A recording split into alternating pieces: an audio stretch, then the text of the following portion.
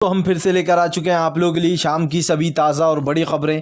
एक एक कर आपको सारी खबरों की जानकारी देंगे आज देश दुनिया में क्या कुछ हो रहा है। दरअसल सबसे पहली जो बिग ब्रेकिंग न्यूज़ करा रही, बुरी तरीके से फंस गई बीजेपी।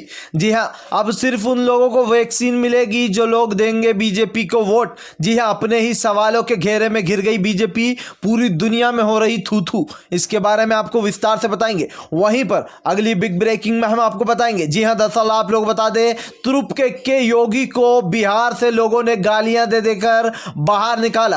कभी योगी ने सोचा भी नहीं होगा, सीएम योगी ने, कि बिहार में उनका इस तरीके से स्वागत होगा। दरअसल आप लोग बता दें, चुनाव के लिए योगी को भेजा गया था प्रचार के लिए, ऐसे में लोगों ने गालियां दे देकर अपशब्द बोलकर भगा दिया वापिस। इसके बारे में आपको विस्तार से बताएंगे। वहीं पर अगली बिग ब्रेकिंग हम आपको बताएंगे, अर्नव पर एचसी ने कसा शिकंजा। जी हाँ, कहा आप ही जज और आप ही जो है यहां पर बन जाइए वकील। इसके बारे में आपको विस्तार से बताएंगे। वहीं पर अगली बिग ब्रेकिंग में हम आपको बताएंगे, हरसिमरत कौर बादल ने बोला बीजेपी पर अपना बड़ा हमला।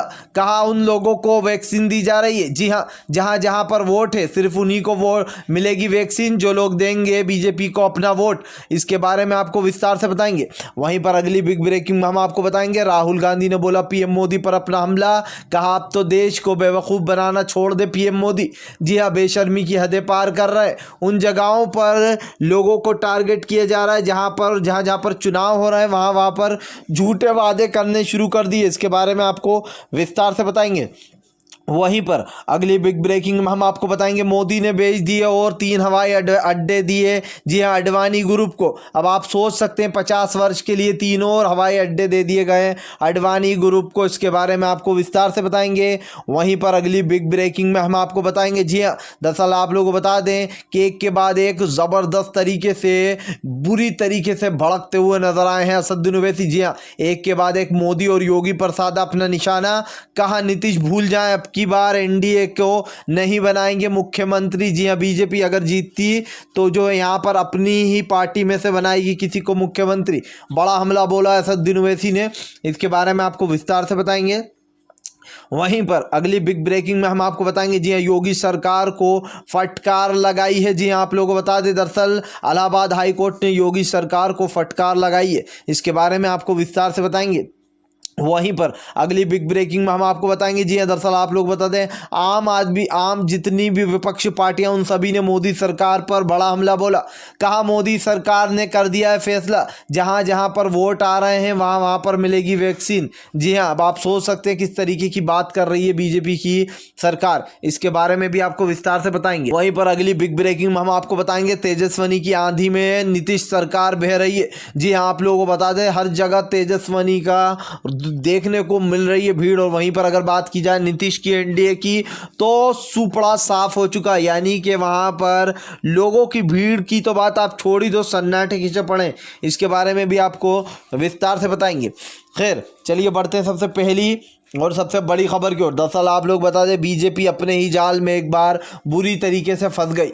बीजेपी के 2 एजेंडे, एक तो हिंदू मुसलमान के नाम पर वोट पाओ, दूसरा जब हिंदू मुसलमान का काम ना चले इन जुमलेबाजियों से, तो फिर लोगों को झूठे झूठे बड़े बड़े वादे कर दो, ताकि जो देश की जनता है वो बेवकूफ़ बनकर हमें वोट देने आ जाए। अब आप लोगों को बता दें कि यहाँ पर बीजेपी ने कहा था कि उन सभी जगहों पर वैक्सीन मिलेगी। अब आपको बहुत ही जल्दी वैक्सीन देने का वादा करा था बिहार में। ऐसे में निर्मला सीतारामन के साथ साथ पूरी बीजेपी फंस चुकी है। जी हाँ, आप लोगों को बता दें, सभी विपक्षी पार्टियों ने इस पर हमला बोला।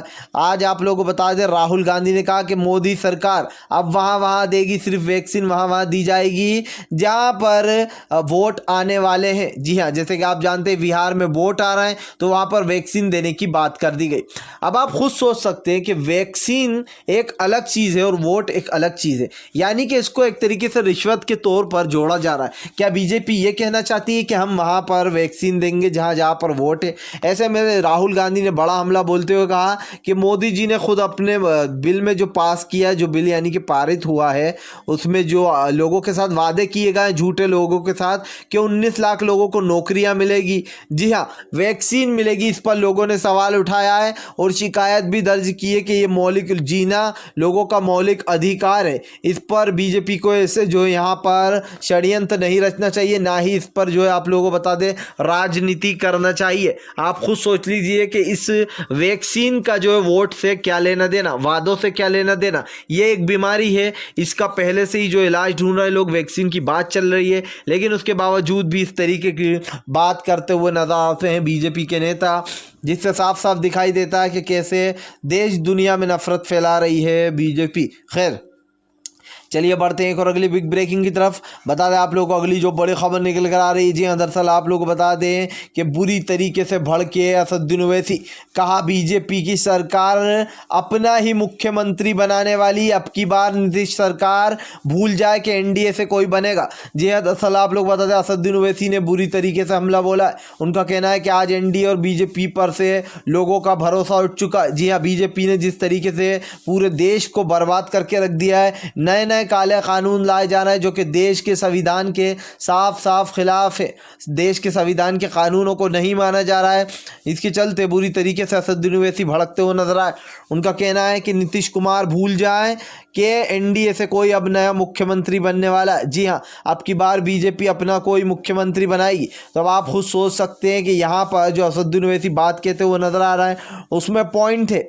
अगर एक तरीके से देखा जाए कि अभी तक जितने भी काले कानून लाए गए वो सब बीजेपी के द्वारा ही लाए गए।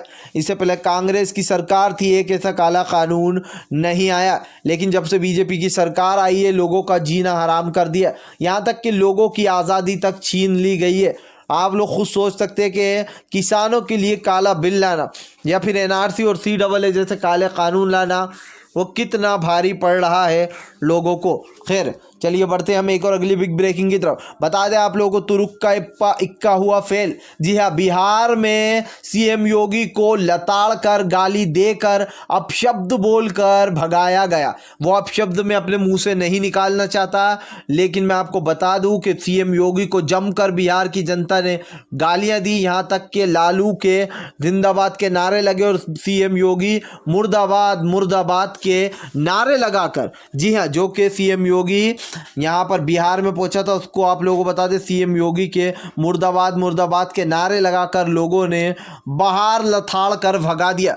इतने में सीएम योगी से ये बर्दाश्त नहीं हुआ तो भाग निकले बिहार से। दरअसल आप लोगों को बता दें बीजेपी का एक परजेंडा है कि जहाँ पर वोट ना मिले वहाँ पर हिंदू मुसलमान वाली स्ट्रेटजी अपना लो, वोट ज़रूर मिलेगा। आपने देखा होगा ये बाबरी मस्जिद और जो भी फैसला था इसमें भी राजनीति थी, ठीक है, इसमें भी अयोध्या राम मंदिर और इसमें भी हिंदू मुसलमान था, क्योंकि इन्हें पता था कि ज़्यादातर जो लोग हैं यहाँ पर हमारे देश में जिनकी ज़्यादा संख्या है वो हिंदू भाइयों की है।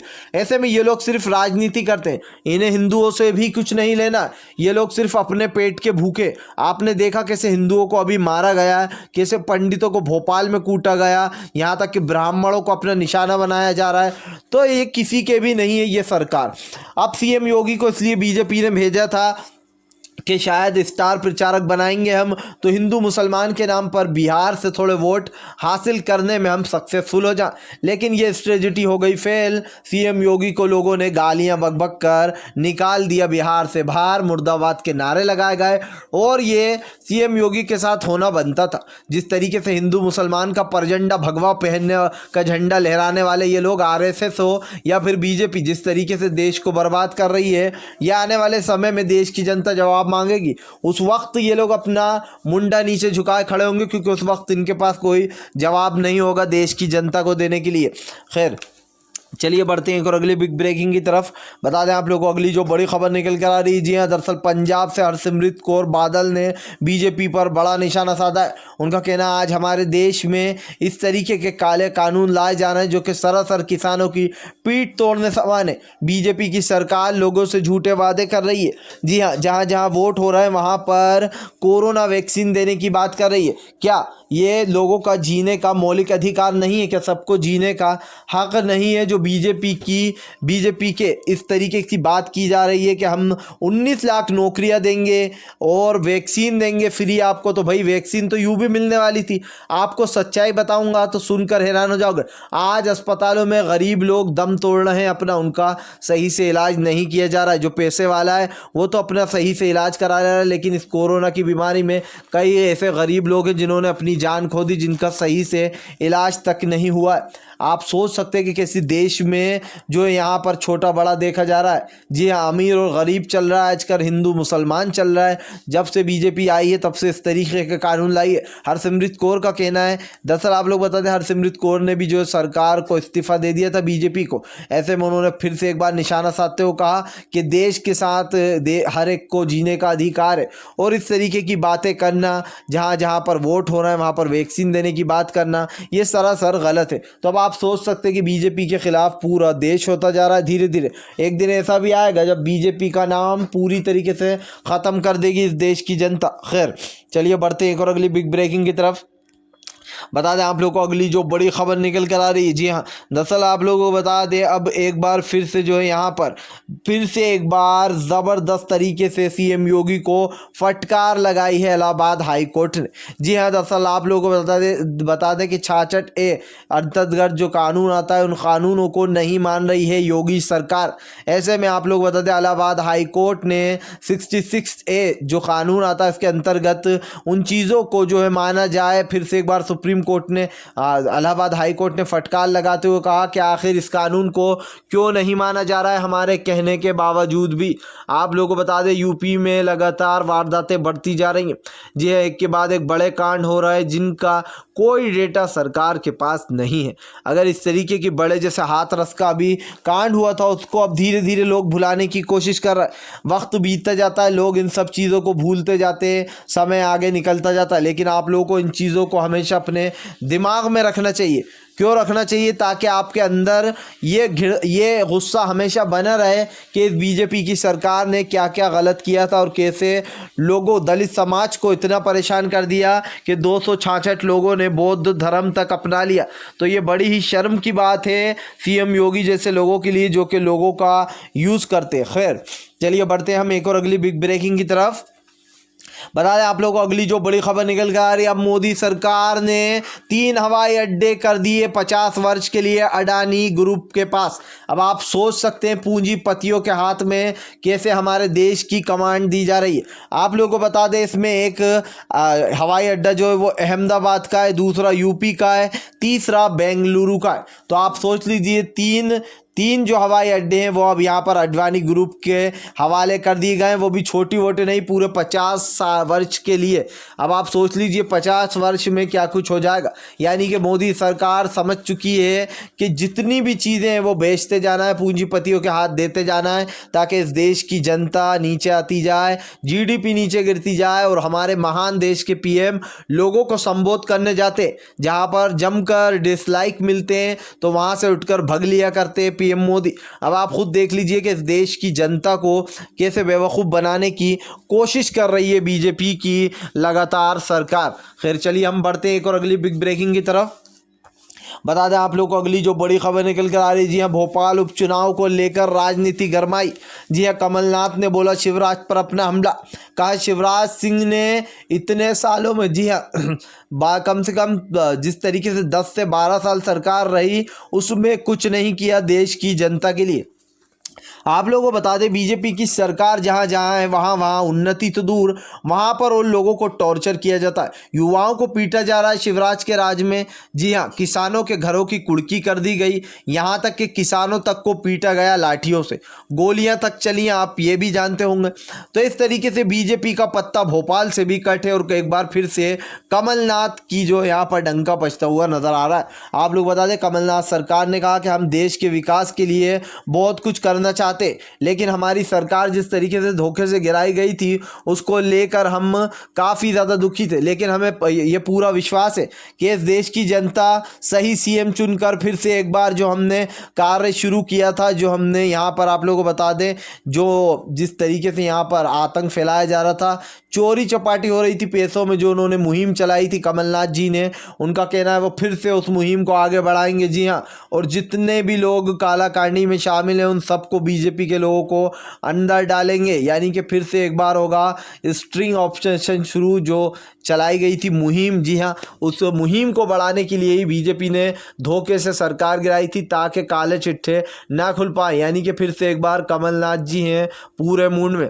खैर, अगर आप भी शांतिपूर्ण ढंग से पीएम की इन सभी गलत नीतियों का दिल से विरोध करते हो और चाहते हो बीजेपी की सरकार हटेगी इस बार और देश में जो अमल शांति आएगी, तो ज़रूर इस वीडियो को ज़्यादा से ज़्यादा शेयर कीजिए ताकि हमारे और भी भाइयों को पता चल पाए। और हम मिलेंगे आपसे नेक्स्ट वीडियो में, तब तक के लिए वंदे मातरम।